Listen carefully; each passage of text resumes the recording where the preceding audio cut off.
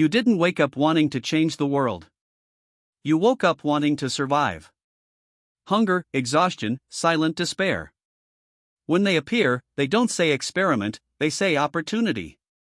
They talk about science, progress, the future. Smiling, clean, convincing. You need food, shelter, treatment, freedom.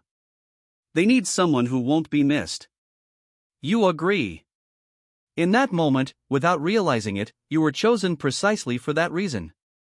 Everything is white, too bright, too silent. Clipboards, gloves, short commands. You're given a number. Names create empathy, numbers create distance. They tell you to sit, wait, sign. A paper full of difficult words. Standard procedure, they say. You sign. That's where you stop being someone and become something. At first, everything seems small. An injection. A pill. Wires on your chest. You feel sick. You say something is wrong. They write it down. They continue. Your pain doesn't interrupt anything, it only feeds the data. You learn quickly, questions don't generate answers, they generate observations. They never explain the goal. They only remind you that you're being tested. Days turn into weeks. Or months. There are no windows, no clocks. The light never changes. Sleep becomes a privilege. Sometimes they wake you just to see the effect. Your hands shake.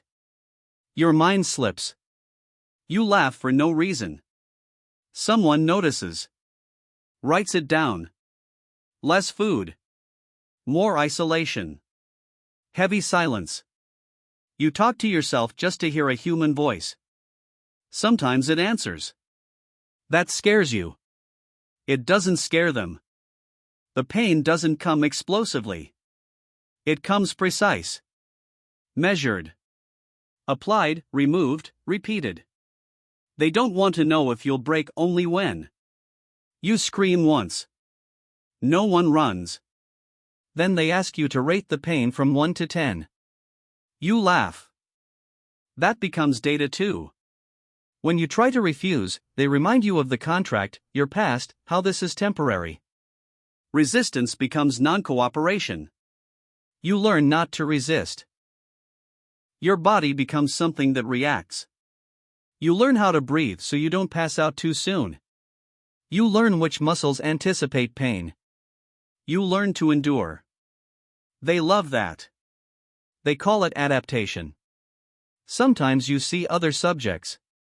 One disappears after a test. The bed stays empty. No one explains. You don't ask. You already know the answer. One day they test fear. They don't say that. They just leave you in total darkness. No sound. No light. Minutes turn into hours. Your mind fills the void with memories, regrets, voices. You think someone calls your name. You no longer have a name. That's when you understand, they're not studying pain. They're studying you. How you collapse. How long you last. Suddenly, it's over. No warning. A man you've never seen walks in and says the experiment has ended. No apology. No explanation.